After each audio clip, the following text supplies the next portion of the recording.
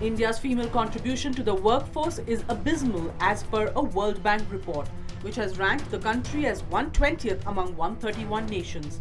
The statistics paint a blurry picture, with India having a second lowest female labour force participation rate in South Asia and the worst among all BRICS economies. It is argued that one of the reasons for this has been a perception of safety and security for women. On this too, the statistics are disturbing. According to the National Crime Records Bureau, 2016 saw the lowest conviction rate of 18.9% for crimes against women in a decade, with high-profile incidents of safety and security of women dominating the landscape, from public transportation to workplace sexual harassment and even incidents of murder in the workplace. It is evident that there is a lot more effort which needs to go forward in ensuring a fearless work environment for women. In this special episode of India Risk Report, we salute the spirit of India's women and gain insights on the safety and security of Indian women in the economic sphere. Hello and welcome to another episode of India Risk Report. And in this episode, to mark the International Women's Day, we are looking specifically on the issues related with safety and security for women in India's workplace. India has a very large working population, but within which the figures of women in the workplace are still not up to levels of international standards. And because the one factor, as people may argue, that still deters women from coming out and exploring opportunities at the workplace is the issue of safety and security. And we have two experts who are hands-on players in this subject. We have the very distinguished Ms. Aishwarya Bhati, who is at the Supreme Court, the Honorable Supreme Court of India, was most recently in the news for one other reason. We are looking forward to your legal perspective, and we have with us Rashmi Dastidar, who has worked in various corporate organizations but now is with the MMTC PAMP arrangements in India. And let me start with you, Rashmi. The point that I think we need to really first clear our mind on, that why is it that after so many years, and the subject of women's safety has been in the news for some time, people are becoming increasingly conscious about it. But do you feel the corporate sector is actually doing enough? Well, I would say, usually it's 2 steps forward and 1 step back.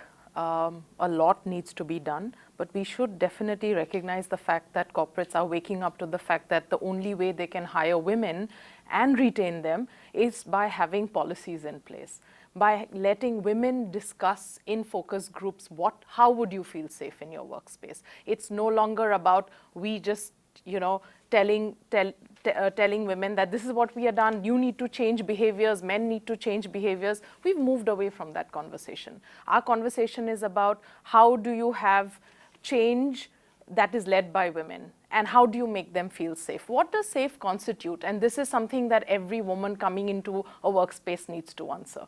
Okay, so fine, that I think there isn't enough conversation that's happening, but equally important, there is a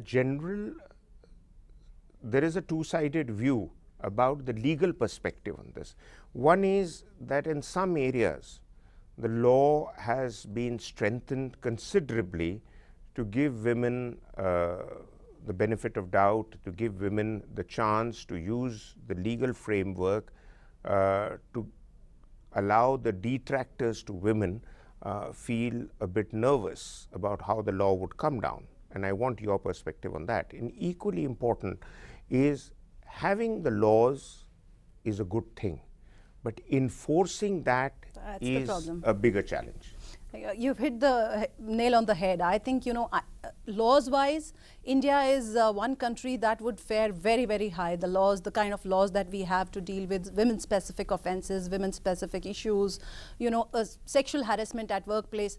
You'd be surprised to know that our entire criminal jurisprudence goes on one tangent, where a crime has to be proved beyond the shadow of all reasonable doubt. But when it comes to dowry deaths, the onus shifts on the accused, on the matrimonial family and the husband if the marriage happens within 7 years inside the matrimonial home. So the laws are amazing. You know, sexual harassment also 2013. Of course, it came very late in the day. 1996 was the Vishaka judgment where there was no law and the Supreme Court said that sexual harassment at women is a serious issue and it needs to be, the guidelines need to be there. The law, of course, came much later. But the real problem is really enforcement, implementation. I think, I mean, we have too much baggage, and I think, you know, culturally we have too much baggage. There are issues which are short-term, issues which are long-term. I think on long-term issues, the solutions have to begin from home. It can't go anywhere else. It's the same home, the same society, the same nation. The change really is happening because women are not accepting it anymore. Because women are standing up and saying that if, you know, they need to be in workspaces, then their safety and security has to be taken care of. There has to be zero tolerance on offenses against women. And eve teasing or voyeurism or stalking is not minor or innocuous anymore. You know, earlier, before Nirbhaya incident, there was just one offense against women. One was rape, of course, a heinous one, but other was outraging modesty of a woman. We saw a slew of changes, and the laws have actually taken up the whole spectrum. The enforcement is still way behind. Okay. Well, you know, I'd pick up one word from her very comprehensive answer, and that is baggage. You know, our society carries a lot of baggage, and the baggage can be seen at workplaces and in the behavior of people right across the board, in social, economic, political forums, in day-to-day life, in offices. So what kind of a model would you suggest that we can seriously consider incorporating, where we are actually moving forward, but we are not running so fast that we keep falling flat on our faces? Right. One is behaviors. Yes, you know, we are always told we can't exhibit this behavior at workplace. Women need to be negotiators. Let's give you some training around that. Men need to exhibit this. I think the conversation has to move away from behaviors. We have to understand that there are inherent biases in our system. And how do we tackle biases? By having systems in place, by having processes in place. One process that applies to everyone. Somebody is harassed, a complaint comes up in a corporate space, it is addressed by process. It can be against the highest office in a company. But the complainant has to feel safe to come up with that complainant to that internal committee and bring up a case. So I'm saying, yes, there are behaviors which are which we can't accept, but we have to move away from that because we understand our society operates with these behaviors. We come from a patriarchal society, all of us. We're ingrained in that. We know that. That's a given. The only way we can deal with that is when we have business systems in place, processes, hiring. When you look at hiring and retaining people from a process point of view, blind resumes. I come, give you my resume, you don't know if I'm a man or woman. You look at it just for the merit of the CV. That is how you look at something like this, is my point of view. No, but I just take it forward. Sure. It may be a blind resume, but once you join the workplace, right. I mean, what are the essentials that you expect? I mean, I'll tell you, when I started this conversation with my current employer, they said they're going into a new office space. I asked them, do you have a creche? And they said, well, not yet. And I said, well, the criteria is ask women around in the office, would they want a creche? I want a creche. And they said, fine, if that's what you'd like to hire you, we'll do that. So creche became a part of the blueprint. We are moving into a new office space, which is going to have a creche. Okay, that's interesting. I mean, that's a very good example. But, you know, there's another point, and briefly put, all big cities in the world have certain things in common. You know, people today in Mumbai and Delhi and Bangalore are relating more with the kind of work culture that is in London and New York and elsewhere. But at the same time, even in those cities, coming into a fancy office, a glass house is one thing, but you have to negotiate your way through the rest of the day's confusion and traffic is another thing. And here comes in the aspect that while the office may turn around hand on heart and say, we're doing the best we can, but is India doing the best it can? Certainly not. We have a very, very long journey to go ahead.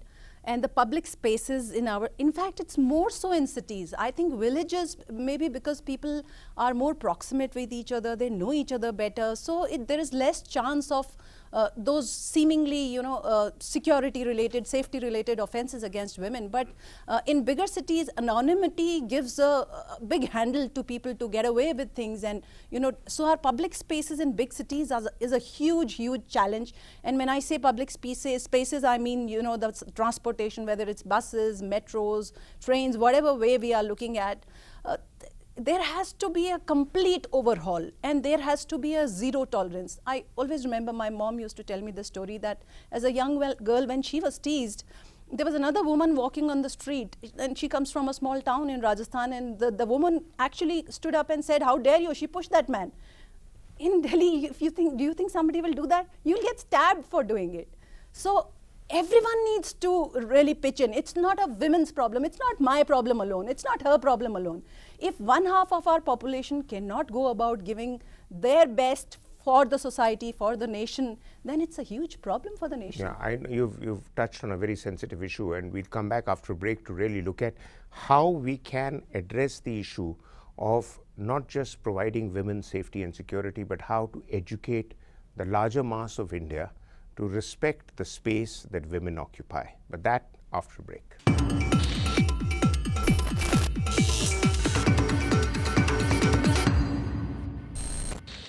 Welcome back. We continue to have our two guests with us, and I go back to you, Ms. Dastidar. Now, you brought up this issue about if the company wants you badly enough, the company will cater for your essential requirements. But some research has shown us that even when companies do provide transportation to women, women are not necessarily open to using company transportation because either it's not cheap enough or it happens at hours which are not suitable to them, particularly those who work at the BPO sector, or because they feel that they have other modes of transport. So how do you do this balancing act I'm asking on behalf of a CEO that, see, I want to provide more, but how do I make sure that you have door-to-door connectivity and you come to work feeling safe, comfortable, you work in a comfortable environment, go back, and if a facility is provided, then you may as well make use of it and not then start counting your pennies. I think one glove does not fit all. That's the one thing that we need to understand. We take a very band-aid solution for everything, and we say, okay, we'll give you this card, this will take you from home to your office and you'll be safe. And we'll say, okay, that we've done. But have we asked those women that why are they not being able to use it? Will you tell us what can we do differently? I mean, have we asked these women who work for us? Do we want to know what are their problems? Is it because of the timing issue? Is it because they think it's an expensive affair, or they want to save on that little amount of money that they get as extra transport allowance? I mean, I have seen all of that. And it's only when I come back to my fundamental point that let women decide what they'd like to do. It's time to give them a place at the table and say, how would you like this? Because we've always just given them solutions which does not work for them. Right, so it's important to use that as an essential indicator of good management, that are you speaking to your women employees and addressing, and that's a message I think should go out to the CEOs. But I come to a legal dimension, and that is, even if a woman was to report harassment, many of them apparently don't report because of the social stigma attached to it. Many of them don't report because they feel it'll just complicate things further. You as a lawyer, what is your response to it? How can you do the balancing act by getting them to inform you and getting action taken on it without exposing them unnecessarily? Well, the problem is that the systems are all in place, the processes are all in place. After the Vishakha guidelines, it's mandatory, and the new law, it's mandatory for every organization to have internal complaints committee, gender sensitization committees. Right. They are required to be headed by a woman. They should have at least one half of the members should be women. So a lot of things have been put in place and perspective. But when we speak about patriarchy, it's not just men who form that patriarchy. The problem that I've seen in my experience in some of these committees representing women and as part of the committee is the older women. See, the problem, vulnerability is more when you are younger and newer in the system. As you get ingrained in the system, the problem is some of us women become part of that patriarchy. Then we don't want to, see the vulnerability of this new girl and new entrant in the profession and help her out. So women need to stand up for women. It's not a one girl, one person issue at all. It has to be looked at as a comprehensive issue, and we have to stop victimizing the victim. Victim is victim. I mean, even in rape cases, Supreme Court had to use this expression that sometimes trial is like adding insult to injury. Exactly same thing happens when you come up with a complaint, then exactly the same thing happens. But the solution is only if we stop accepting it. The only solution is we have to stop accepting it. The longer we continue to accept nonsense, the longer nonsense will be served to us. But would I be going a step too far to suggest that to stop accepting it, we have to start educating our people from the very earliest stages, and not when they become adults and are the likely crime doers? You're right, sir. So there are some long-term things, and the long-term things have to start from your sons and daughters at home. But there are a lot of short-term things. One example was the Me Too campaign. It really took the stigma and the victimization out of the victim. And when you feel that, oh, there are other women who are facing the same issues that you are facing, then it becomes everybody's story. And then it becomes such a huge story, it becomes a tsunami. And I think more than other kinds of drives, but these kind of campaigns do help a lot. Okay, lots of points there. But going back to something that you had spoken about, and you had talked about one glove doesn't fit all. Now, some of the largest employers of women workforce are people in the hospitality sector, the tourism sector, the BPOs and others. Now, all of them have different requirements. So, yes, on one side we can say that their management knows what their requirements are and needs to address that. But on the other side, it is also, could we look at some broad guidelines from the government which will generally apply across the industrial space where women are all employed? And if they are broad guidelines that can come into play, what should they? I think first we need to understand why there's been such a drop in the amount of labor force, women labor force that is dropping from the workforce. If you look at our numbers, I was just looking at the numbers, I think in 1990 we were 34% working women. And now it's 25.3%. Exactly. I mean, look at that drop. This is a question that the government needs to answer. Why is such a huge chunk of women labor force dropping out of the workforce? That's one. Secondly, yes, there are traditional roles again, which women apply to hospitality sector and pharma, medicine, medical care, all of that. But what about telecom? These are the highest companies who look at hiring young adults from the workforce. Why are they not hiring women? And are they less skilled? I mean, these are questions that the government should be asking. These are the questions that the government needs to ask. Are they any less skilled? We have 100% women enrollment into elementary education. What happens? Do they then enter the undergrad education system? If they are undergrad, what is the percentage that is converting from 100% elementary to a workforce there? So I think the government needs to look at this gap that is there. But most importantly, it needs to address the confidence gap in women. What is this confidence gap that I'm talking about? That I look at a ad for a job interview and I say, okay, I only meet 60% of the criteria, I will not apply. The same thing, a man will look at it and will also just qualify 60%, he will go ahead and apply. What is this confidence gap we're talking about? Oh, very, very, very good point. But I mean, this calls for a separate debate altogether, because issues like heritage, history, societal pressures, your parents not thinking it's worth your while to carry on with a career, but more important to get married, all those things do come into play. And at the end of the day, I mean, I'm reminded of the words of a writer to say the problem with India is that it's always constantly battling between the archaism of the past and the promise of the future, and that is something. But ma'am, last question to you: what do you think should be the kind of public-private partnerships that you would suggest briefly as a model for enhancing government and the private industry's efforts to enhance the role of women at work? So she spoke about the corporate model, but there is a large women workspace in areas where they are self-employed or professional or entrepreneurs. I'm in a profession where you are self-employed, and it's a male bastion. It has always been a male bastion. So there are a whole lot of problems that it is all sector separated. I want to give you 2 examples of my cases.